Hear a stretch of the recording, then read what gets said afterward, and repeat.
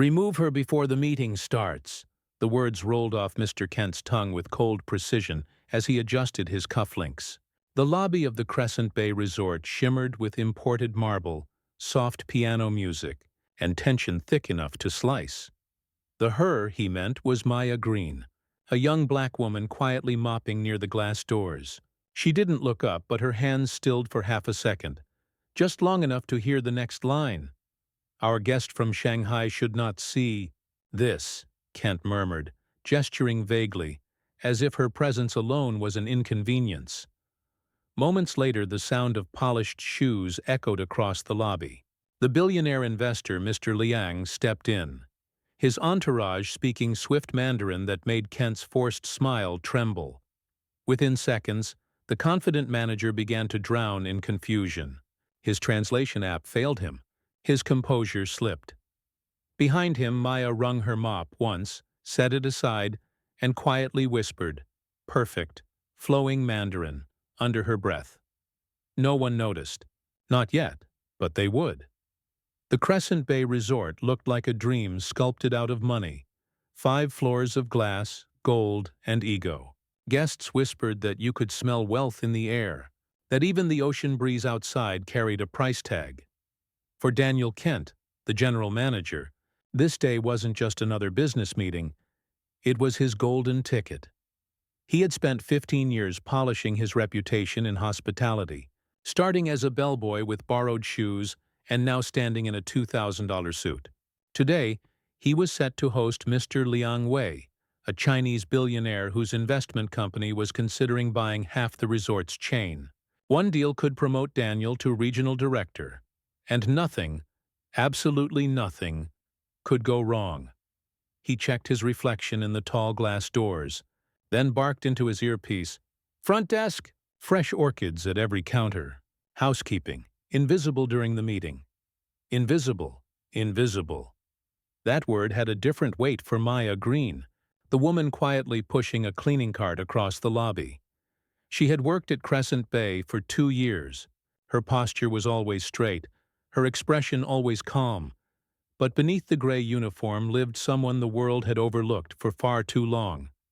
When Maya came to this city, she carried 2 suitcases and 3 languages, English, French, and Mandarin. She'd studied at Beijing University on scholarship before life fell apart. Her father's illness, the bills, the lost job offers that vanished when employers couldn't verify foreign education. Now she cleaned rooms where people like Mr. Kent negotiated million-dollar deals. And yet, even in silence, she never lost her habit of listening. That morning, the staff gathered in the employee break room, a cramped space that smelled faintly of bleach and burnt coffee. Daniel stood at the front, posture sharp as a blade. "Listen up," he said, pacing like a general before battle. "Mr. Liang arrives at exactly 2 o'clock. He controls more assets than half the Fortune 500 combined. This isn't just a guest, it's opportunity." Daniel's gaze swept the room until it landed on Maya. "And that includes you, Miss Green. Finish your duties early and stay out of sight." Maya held his stare for a moment longer than expected. Calm, steady, unreadable. "Understood, sir?" "Good," he said, already moving on. "Let's show Mr. Liang what professionalism looks like." Professionalism. The word echoed like irony in her mind as she returned to the east hallway. Upstairs, the executive suite buzzed with preparation. White-gloved staff adjusted silver trays, set imported teas, and aligned chairs at perfect 45-degree angles. "Bay," Daniel corrected, jaw tight. "Crescent Bay. Just speak English. Mr. Liang's assistant said he's comfortable with it."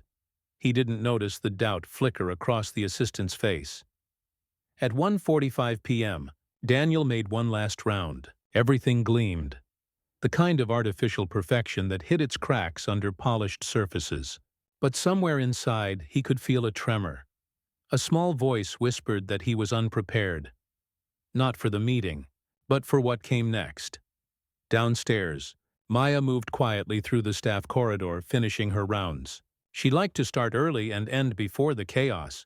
Every door she opened reflected pieces of her old dreams. City view suites with world maps on the walls, Mandarin newspapers left behind by tourists.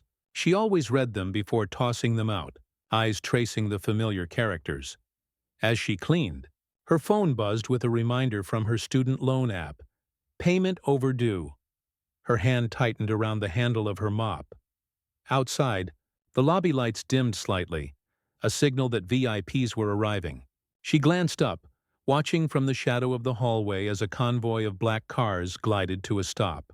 Security agents stepped out first, scanning the area. Then came Mr. Liang Wei, calm and elegant in a charcoal suit, speaking in rapid Mandarin to his entourage. Maya caught every word. The place looks impressive, but let's see how they handle real communication. She almost smiled. It sounded like a test. Daniel rushed forward, flanked by his assistant. Welcome to Crescent Bay Resort, Mr. Liang. We're honored to have you. Mr. Liang nodded politely but didn't switch to English. He gestured toward the architecture, asking detailed questions in Mandarin about local building materials and climate durability. Daniel froze. He glanced at his phone and opened his translation app. The robotic voice stuttered. Hello, building. Climate wood, yes, very good. Mr. Liang's brows furrowed. His assistant whispered something, and the billionaire's smile thinned. A drop of sweat trickled down Daniel's neck. This, must be misunderstanding, he said nervously. We have, upgraded system for communication. The assistant spoke softly in Mandarin again. This one doesn't even understand you. Daniel didn't know what she said, but the tone cut through him like a knife. Behind them, Maya quietly closed her cleaning cart and stepped into the shadow near the elevator. She shouldn't even be here, and housekeeping wasn't allowed near VIP arrivals, but she couldn't help it. She could feel the air change.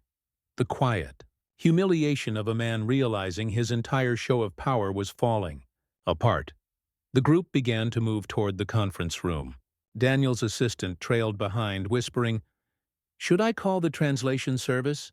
Yes, no, just figure it out, he snapped, trying to maintain his smile.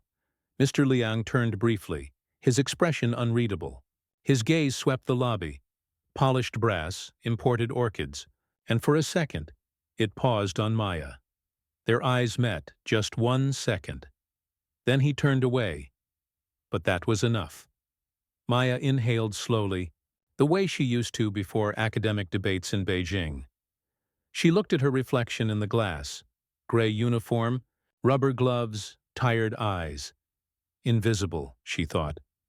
And yet, inside, something began to stir. The part of her that refused to let ignorance be the language of power any longer. The boardroom on Crescent Bays. Executive floor gleamed with glass walls and imported wood polished so perfectly that the light itself seemed nervous to touch it. Daniel stood at the head of the table, palms damp, smile rehearsed. His assistant had set out crystal water glasses, while Mr. Liang and his team took their seats with quiet precision. Welcome again, Mr. Liang, Daniel began, his voice an octave too high. We've prepared a brief presentation about our expansion opportunities. Before he could finish, the billionaire turned to his associates and asked a question in rapid Mandarin, his tone cool and analytical. His assistant, a young woman in a pale blue suit, started translating, but stumbled halfway through, uncertain of the technical terminology. Daniel didn't understand a single word, but he felt the shift in the air. The rhythm of power was tilting away from him. Yes, he said, bluffing. Our, expansion, yes, we, The billionaire's brows lifted slightly. His expression wasn't angry. It was worse. Disappointed. The assistant hesitated, then turned to Daniel. Mr. Liang is asking about your resort's environmental compliance standards, specifically how your waste treatment aligns with the new zoning law. Daniel blinked. What new zoning law? The one from March, she replied, trying to sound patient. He forced a chuckle. Yes, of course, March. We're very compliant. A ripple of quiet amusement ran through the entourage. Mr. Liang's tone sharpened. And your foreign investment tax rate? He asked, still in Mandarin. The assistant hesitated again, then half translated. He's asking if you've considered, The foreign shareholder tariff adjustment? Daniel's throat went dry. He grabbed his phone, fumbling for his translator app. 1 second, please. Technology makes everything easier, right? He spoke into the mic. Tell Mr. Liang our financial team has excellent understanding of the latest international codes.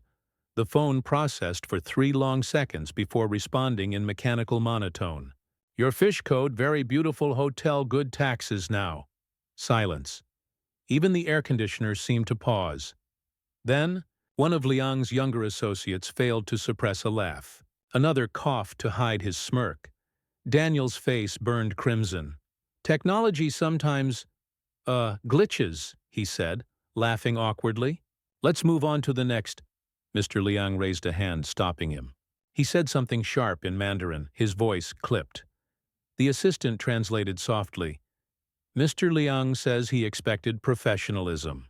He does not appreciate being treated like a tourist. Daniel's heart plummeted. The presentation slides he'd spent weeks crafting now looked like meaningless colors on a screen.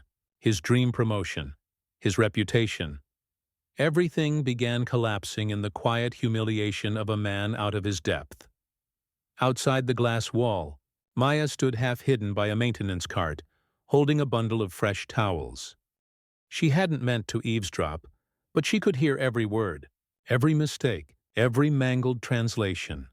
Each mispronunciation from the translator twisted inside her like second-hand embarrassment. She knew exactly what Mr. Liang was saying, exactly how simple the questions were, and exactly how the manager was ruining the deal. Not worth the time, Mr. Liang muttered in Mandarin, closing his leather folder. If this is their standard of communication, there is no reason to proceed. The words hit her like an electric current. She stared at the conference door, at the manager who had ordered her to disappear, and the billionaire who was about to walk away. She could stay quiet. She could protect her job. But silence, she realized, was just another uniform. Inside, Daniel's assistant whispered, "Sir, we could ask the hotel next door to borrow a translator?" Daniel turned on her. "And tell them what? That we can't handle an international meeting?" He looked around the room, at the executives, at the clock, at the dying remains of his career, and saw no solution until the door opened. Softly, every head turned. Maya stood there, framed by the doorway light, her uniform crisp, hands clasped. "I'm sorry to interrupt," she said calmly, "but I couldn't help overhearing your discussion." Daniel blinked. "Maya, this is a private—" But she continued, addressing Mr. Liang directly, in perfect Mandarin. "Respected Mr. Liang, the waste compliance law you mentioned was updated last quarter. Section 12B requires coastal resorts to separate chemical runoff from storm drainage. Crescent Bay already complies." The room froze. The billionaire's head lifted. "You speak Mandarin?" he asked in Mandarin. Maya nodded. "Fluently, sir. I studied in Beijing." The assistant's eyes widened. Daniel's mouth hung open, but no words came out. Mr. Liang's expression shifted from surprise to intrigue. "Then perhaps you can clarify," he said. "What is your understanding of the current tax code adjustment for foreign hotel investors?" Without missing a beat, she replied, citing the regulation by number, explaining how it applied differently to integrated resorts, and even adding a comparative example from Hong Kong. His entire team turned toward her now. The young associate who had laughed earlier was taking notes. Daniel could only watch. For the first time in 20 minutes, the meeting was no longer collapsing. It was alive. Mr. Liang leaned back, assessing her. "And your position here?" he asked. Maya hesitated. "Housekeeping, sir." The billionaire blinked. "Housekeeping?" "Yes," she said evenly, her tone unshaken, "while I continue my postgraduate certification in business linguistics." He nodded slowly, then gestured toward the empty seat beside him. "Please sit." Daniel flinched. "Mr. Liang, she's not part of the executive team." Mr. Liang raised a single finger, silencing him without even looking. The billionaire continued, switching between English and Mandarin as he spoke with Maya about trade, zoning, and cultural tourism. She translated complex terms effortlessly, bridging their worlds like she'd been born for it. Every sentence she spoke shifted the energy in the room. The staff watching from outside began to whisper, realizing that the maid was now running the meeting. Daniel stood at the edge of the table, the reality sinking in. The woman he'd dismissed as invisible was the one saving him from professional disaster. An hour later, the presentation was no longer Daniel's. It was Maya's. She explained how Crescent Bay's location aligned with China's outbound tourism trends, how bilingual signage could double bookings, how luxury travelers valued cultural fluency over architecture. Mr. Liang's eyes gleamed with approval. "You understand our perspective," he said. "Far better than most consultants I've met." When the discussion ended, he rose to his feet and extended his hand. Not to Daniel, but to Maya. "You've given me confidence in this resort," he said, "and in the people who truly make it run." Maya shook his hand respectfully, then stepped back, unsure what to do next. Mr. Liang turned to Daniel. "You have hidden talent among your staff, Mr. Kent. Perhaps you should start seeing them." Then he walked out, leaving Daniel staring after him. Part relief, part humiliation, part awe. As the door closed, silence flooded the room. Maya exhaled, finally feeling her heartbeat catch up to her. Daniel spoke quietly, almost dazed. "You speak Mandarin, and you just saved the entire deal." She nodded once. "It's what needed to be done." He opened his mouth to say something, apology, gratitude, confusion, but no words came. Maya simply gave a polite nod and left the room, her gray uniform swaying like a quiet victory flag behind her. The evening sun washed over Crescent Bay Resort, painting gold on every glass wall. From the outside it looked peaceful, but inside, Daniel Kent's mind was chaos. Hours had passed since the meeting, and the boardroom still smelled faintly of expensive tea and humiliation. Mr. Liang's final words replayed in his head like a broken record. "You have hidden talent among your staff. Perhaps you should start seeing them." Daniel sat alone at the head of the long table, staring at the reflection of himself in the glass wall. For the first time, he didn't see a confident manager. He saw a man who had been blind. Downstairs, the rest of the staff had returned to their usual rhythm.